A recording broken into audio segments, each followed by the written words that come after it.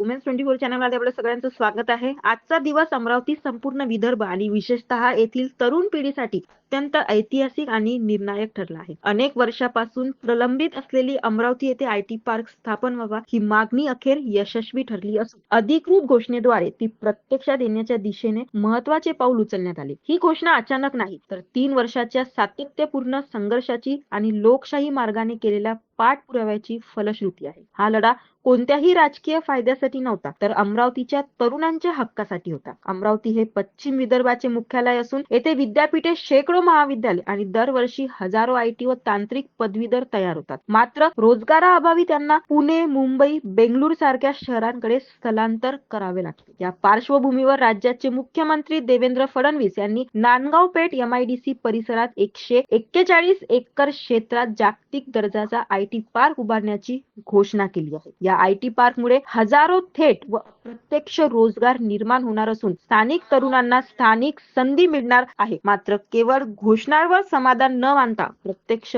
काम सुरू होईपर्यंत पाठपुरावा सुरू राहणार अशी ठाम भूमिका कृती समितीने घेतलेली आहे. या कृती समितीमध्ये किरण पातुळकर, रवी खांडेकर, गजानन देशमुख, प्रशांत मुंडे व इतर अनेक सदस्य उपस्थित होते. फडणवीस साहेब यांचं विदर्भाच्या औद्योगिकरणावर आणि विकासावर लक्ष आहे. विशेषतः नागपूर आणि अमरावतीवर प्रचंड लक्ष आहे. अमरावतीमधून कोणताही प्रोजेक्ट आपण घेऊन गेलो तर ते तातडीने सँक्शन करतात. आयटी पार्क कृती समिती, mission IT park at Amravati कृती समितीने ज्यावेळी त्यांच्याकडे मागणी केली की अमरावतीला आयटी पार्क झाला पाहिजे, त्याची गरज आहे, त्यांनी त्याच वेळी सांगितलं की मी अमरावतीला आयटी पार्क करतो. आणि बेलोरा विमानतळाच्या उद्घाटन प्रसंगी त्यांनी अमरावतीला आयटी पार्क स्थापनेची घोषणा केली.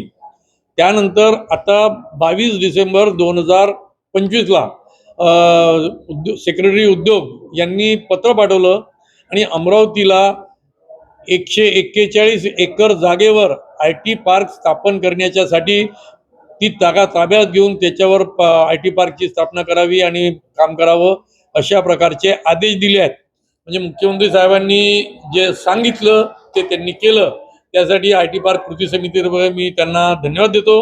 माझ्यासोबत मी किरण पातुरकर, आयटी पार्क कृती समितीचा संयोजक आहे.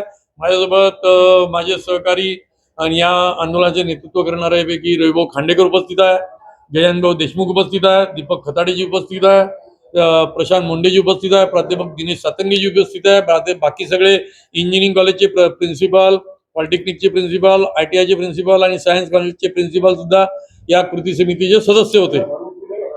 हा आयटी पार्क आमची मागणी अशी आहे साहेबांकडे, मी टेक्निकल माहिती दिलेली आहे की काय काय आम्हाला त्या आयटी पार्क मध्ये लागेल, पण त्याच्या आधी आम्ही वडगाव मावरीला शहरात, अमरावती शहरात 25 हेक्टर क्लास लँड आहे, त्यापैकी 10 हेक्टर जागेवर आयटी पार्क उभा करावा, जेणेकरून अमरावतीमध्ये 43 जे छोटे छोटे उद्योजक आहे आयटी क्षेत्रातले ते, आणि ज्यांनी अमरावतीच्या लोकांनी बाहेर जाऊन आयटी कंपन्या स्थापन केल्या त्यांच्यासाठी त्या जागी जर का उद्योग ते चालू करू शकतात आणि कमीत कमी 2 ते 3 हजार लोकांना पहिल्याच दिवशी रोजगार मिळू शकतो. त्यामुळे पहिले हा वडगाव माहुरीचा आयटी पार्क करावा आणि नंतर मोठा आयटी पार्क नांदगाव पेठमध्ये ऍडिशनल MIDC मध्ये 141 एकरावर साकार करावा अशी आमची मागणी आहे. पण आम्ही अशा माहितीसाठी बघत रहा वुमेन्स 24 चॅनल.